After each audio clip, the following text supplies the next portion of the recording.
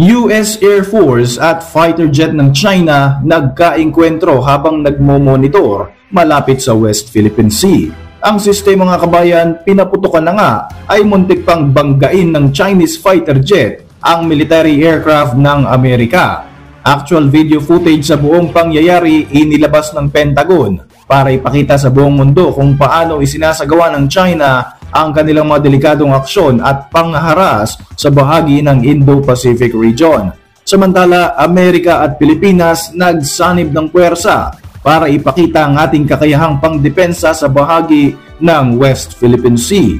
Pero ang China ayaw magpatalo mga kabayan. Umaksyon din sa bahagi ng West Philippine Sea na tila ba hinahamon pa nga ang kakayahan ng Estados Unidos. Tara, alamin natin ang mga bagong updates dito sa channel kung saan ang kaalaman ay siksik at nag-uumapaw. Ako po si Roy Z and welcome sa Kien Thoughts. Kung hilig mo ang mga ganitong videos, mag-like at mag-subscribe para lagi kang updated sa mga susunod na upload.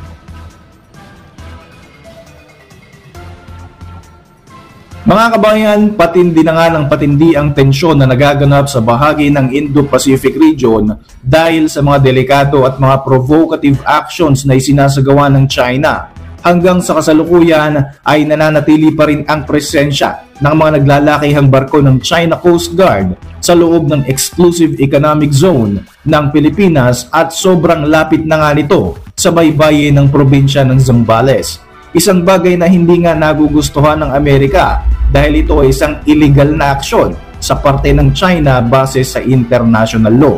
Dahil nga rito ay patuloy lamang na tumitindi ang iringan sa pagitan ng Washington DC at ng Beijing. Dahil dito ay nagsagawa ng Joint Maritime Drill and Air Drills ang US Carrier Strike Group kasama ang Philippine Navy sa bahagi ng West Philippine Sea.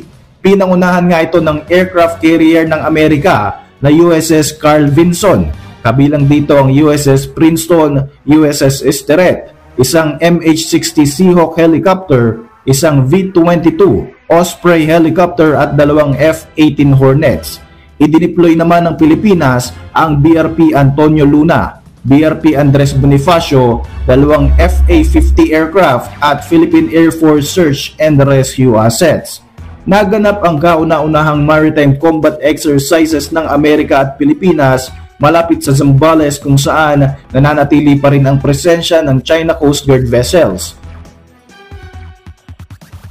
Nakikita ng Philippine Coast Guard na ninonormalize na nga nitong China ang mga ganitong aktibidad malapit sa Bajo de Masinloc o Scarborough Shoal para takutin ang mga mangingisdang Pilipino na pumalaot sa teritoryong ito.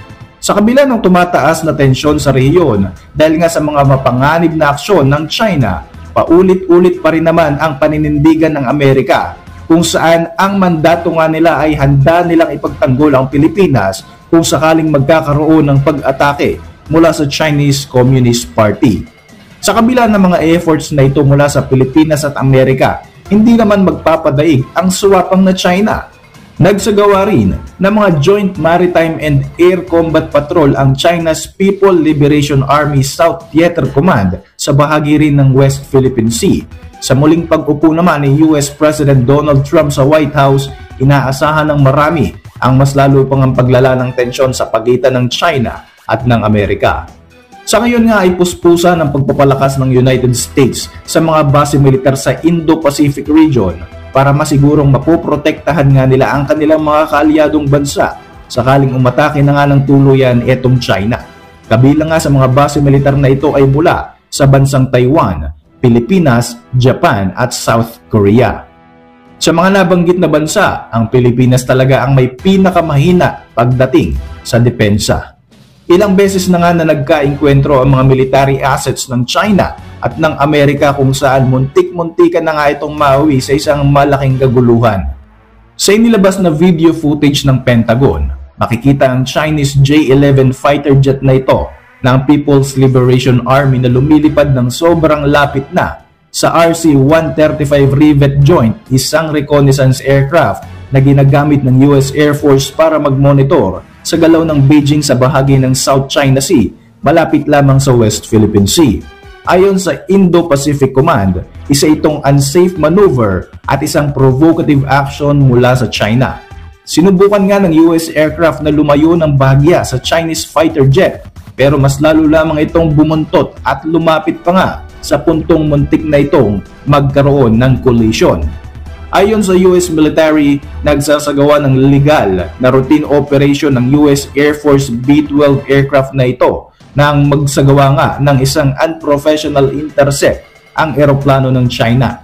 Halos 10 talampakan na lamang ang layo ng fighter jet ng China mula sa nguso ng US RC-135 Rivet Joint Reconnaissance Aircraft.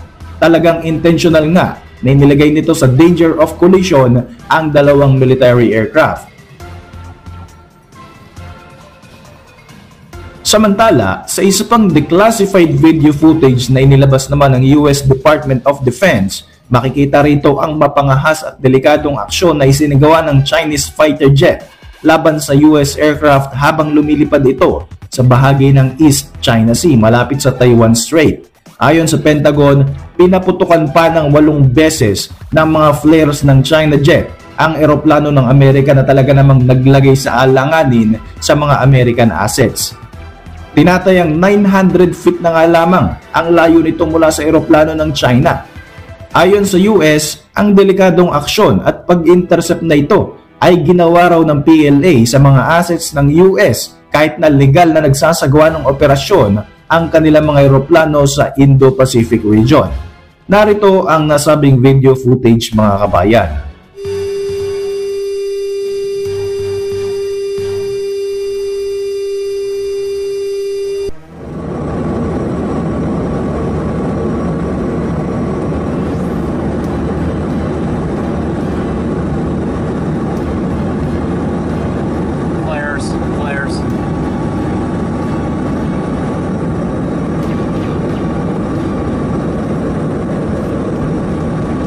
Sa isa pang video footage mga kabayan ay hindi naman inaasahan ang engkwentrong ito ng US at China kung saan inilabas nga ito ng Department of Defense. Dito nga ay makikita na sinadya ng isang Chinese warship ang aksyon na ito kung saan 130 meters na lamang ang layo nito sa US Navy destroyer. Dahil dito ay napilitan na magbagal ng takbo ang barko ng Amerika para maiwasan nga ang banggaan habang nagsasagawa ito ng paglalayag hindi kalayuan sa bansang Taiwan. Hindi ito nagustuhan ng Amerika kaya agad silang nanawagan sa China na itigil na nito ang mga delikado at mapanghamon na mga aksyon na isinasagawa nito sa bahagi ng Indo-Pacific region. Giit naman ng China, ang Estados Unidos raw ang lumalabag sa batas at inutusan pa nga nito ang Washington DC na wag na raw itong makialam sa mga nangyayari sa rehiyon na ito. Panoorin ang video footage mga kabayan.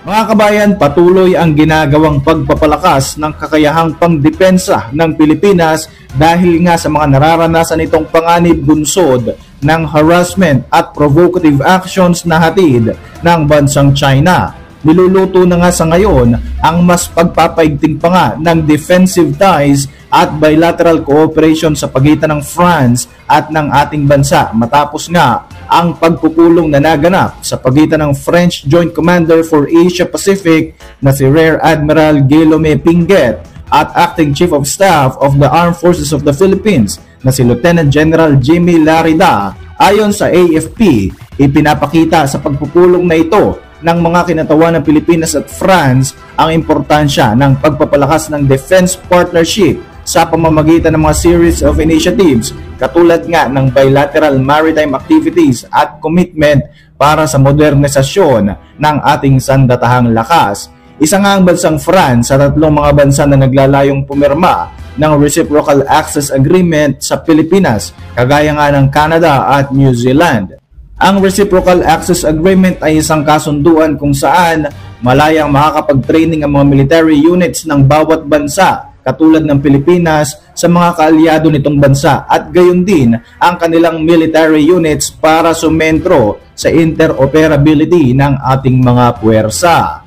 Nagpahayag naman ng pagkabahala ang Pilipinas sa delikadong pag-atake ng Chinese fighter jet sa surveillance aircraft ng Australia. Inireport ng Australian Air Force ang ginawang pagdideploy ng mga flares sa layong 30 meters sa harap mismo ng Royal Australian Air Force P-8A Poseidon habang nagsasagawa nga ito ng monitoring sa bahagi ng West Philippine Sea. Ayon sa Australian Defense Department, ang mga ikinikilos ng Chinese Air Force ay sobrang napakadelikado at unprofessional na nagdulot nga ng panganib sa mga sakay ng kanilang eroplano. Matagal nang nagsasagawa ng pagpapatrolya ang Australian Air Force sa bahagi ng West Philippine Sea. Ito nga ay bahagi ng kanilang effort para tulungan ang Pilipinas na i-counter ang Chinese territorial ambition. Base sa report, habang lumilipad daw ang Australian aircraft ay biglang bumuntot ang dalawang Chinese fighter jet sa kanila. Maya-maya nga ay pumwesto ang isa sa mga J-16 fighter jet ng China sa unahan ng P-8A Poseidon at bigla na lamang itong nagpakawala ng mga flares sa mismong harapan o sanguso ng mga sinasakyan ng piloto. Sakay ng Australian military aircraft na ito ang hindi bababa sa 12 military personnel nang maganap ang insidente. Mabuti na lamang at walang naganap na hindi inaasahang pangyayari sa ginawang ito ng komunistang bansa. Kung nagkataon na tinamaan ng pag-ataking ito ng China ang eroplano ng Australia, siguradong malaki ang magiging impact nito na maaaring mauwi pa nga sa isang trahedya.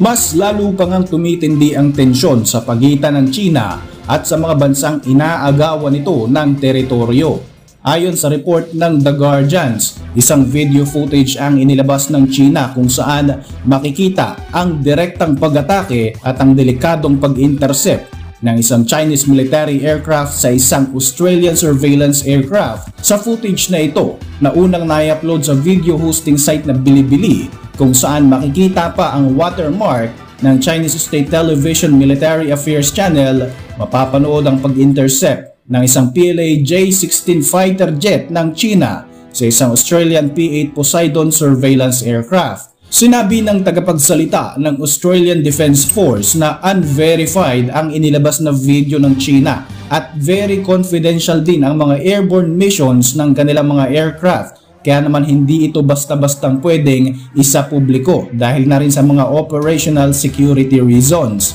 Gayunpaman, iginiit ng ADF na ang lahat ng kanilang isinasagawang hakbang sa international water at airspace ay alinsunod sa international law.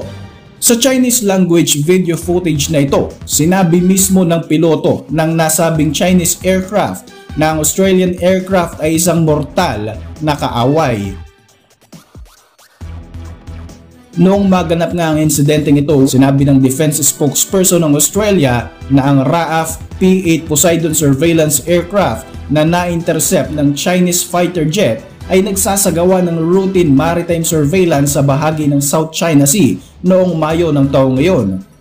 Dagdag pa ng Australia, nagresulta sa dangerous maneuver ang ginawang ito ng China na nagbigay ng banta sa kanilang eroplano at sa mga sakay nito.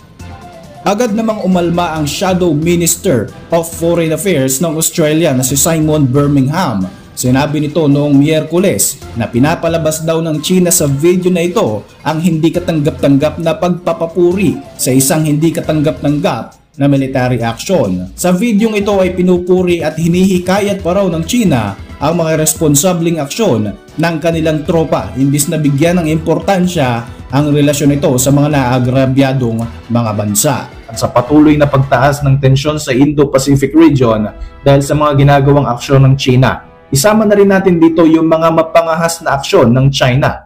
Marami ang nag-aabang sa mga susunod na posibleng mangyayari. Para sa inyong mga reaksyon, mag-iwan lang ng komento sa ibaba ng video na ito. At para manatiling updated sa ating mga susunod na upload, siguruhin mag-subscribe. I-like mo na rin ang ating mga videos bilang suporta. Muli, ako po si Roy Z at maraming salamat sa patuloy na pagsubaybay sa ating channel.